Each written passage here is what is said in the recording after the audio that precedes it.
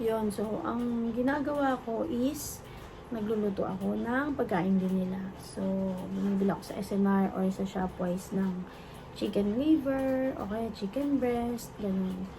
Wala lang, pinapakuluan ko lang, tapos pag lumambot na, lagyan ko lang ng sayote or carrots, tapos ibababad ko sa dog food nila, or minsan naman, pag magsasaing ako, dadagdagan ko na yung sinaing ko, hahaluan ko ng rice yung pagkain nila, or pagka may sabaw yung ulam ko, inuuna kong gawin is magpakulo yung maglalaga ng itlog para sa kanila, kasi gusto din nila yung egg. Pag kinrak mo pa lang yung egg, alam na nila yun, nag-iingay na sila, kailangan pakainin mo sila. So pag nagpapakulo ako, nagboboil ako ng egg, naglalaga ako, tigi-isang peraso sila lahat. Pero syempre dahil si Aurora nga, yung nag-iisa namin apo, minsan lamang siya, or madalas lamang siya, kasi yun, share ko lang din, itong si Aurora, ang mahal na mahal kong ako, yan,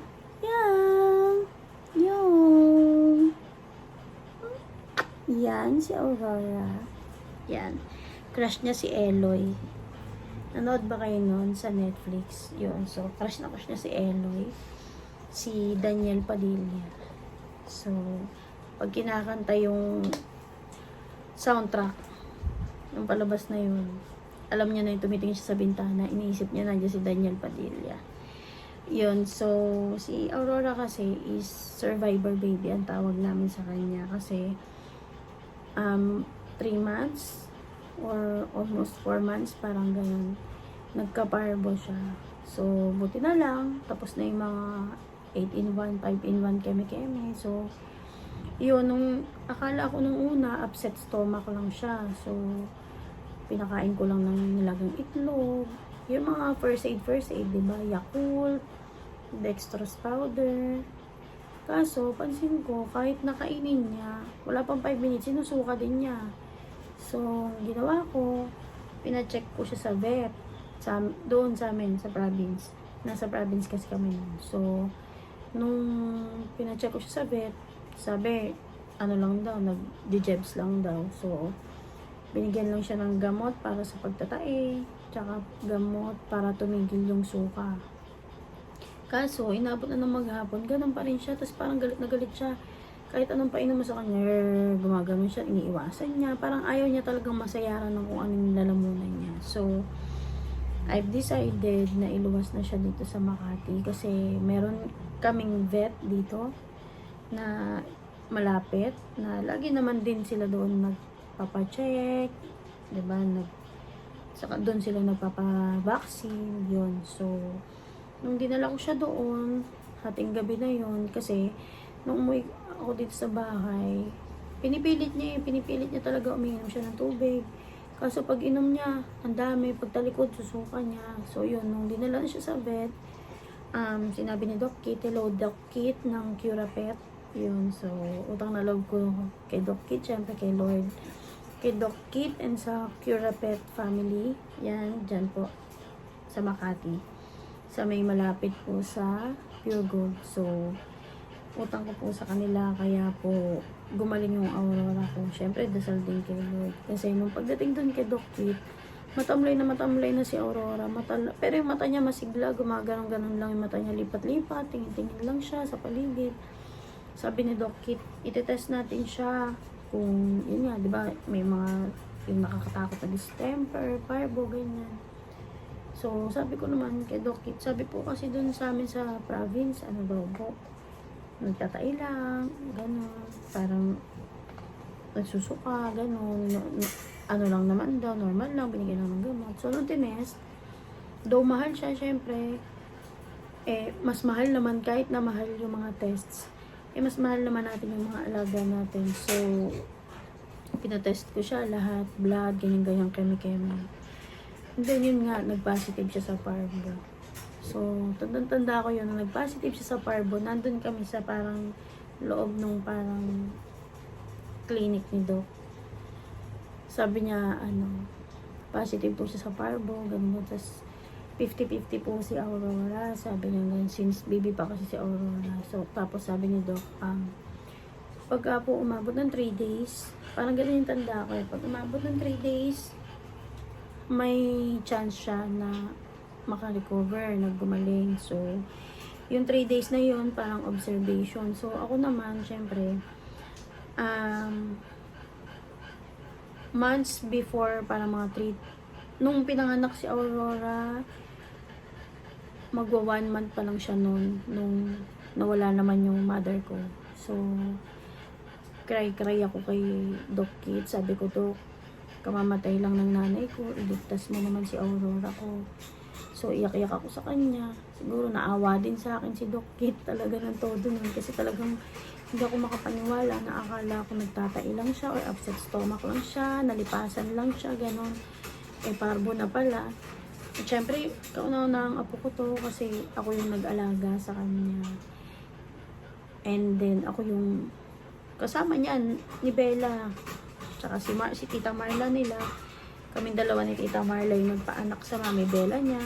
Alam mo yun. Kami yung nagpadede kay Aurora. Ako naggupit ng pusod niya. So, iba yung connection din namin na ako kahit wala man akong sariling anak. Dahil meron akong sila. Meron akong mga alaga.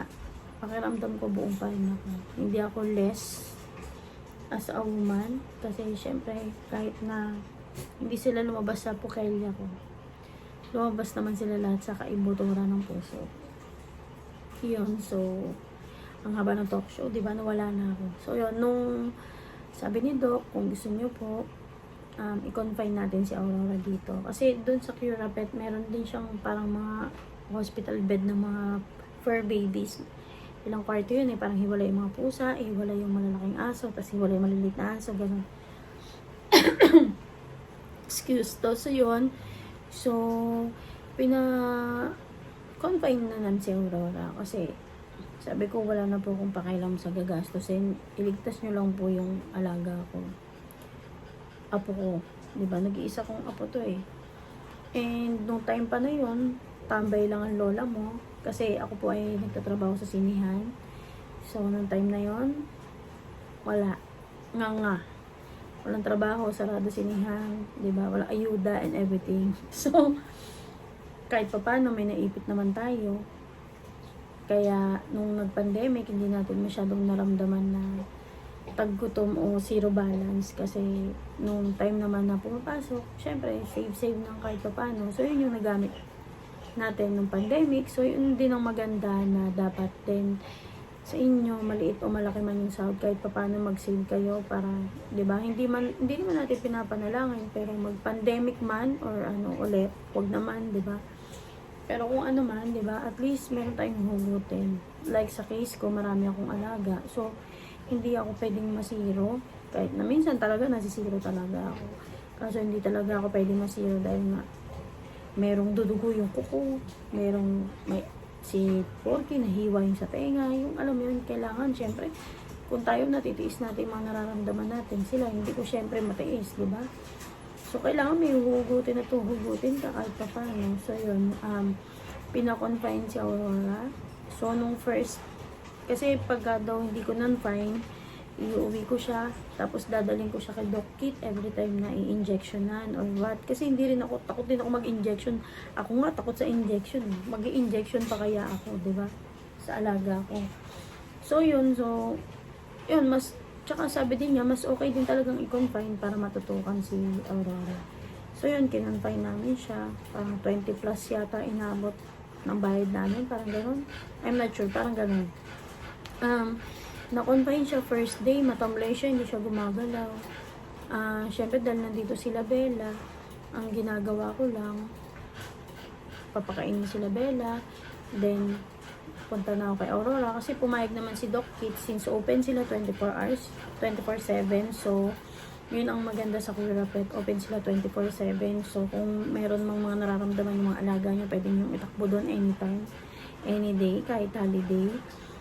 And yun, pumayag naman sila na anytime na gusto kong bisitahin si Aurora, yun, pwede akong pumunta doon. So, ang nangyayari pa, nangingiram ako ng silya. So, para talaga akong bantay sa apo kong na ospital pa. Nangingiram ako ng silya, binubuksan ko yung kulungan ni Aurora, kinakausap ko siya. Tapos, minsan, kinakarga ko pa siya kahit na may turok siya dito. Yung parang talagang hospital na hospital talaga ang peg. Meron siya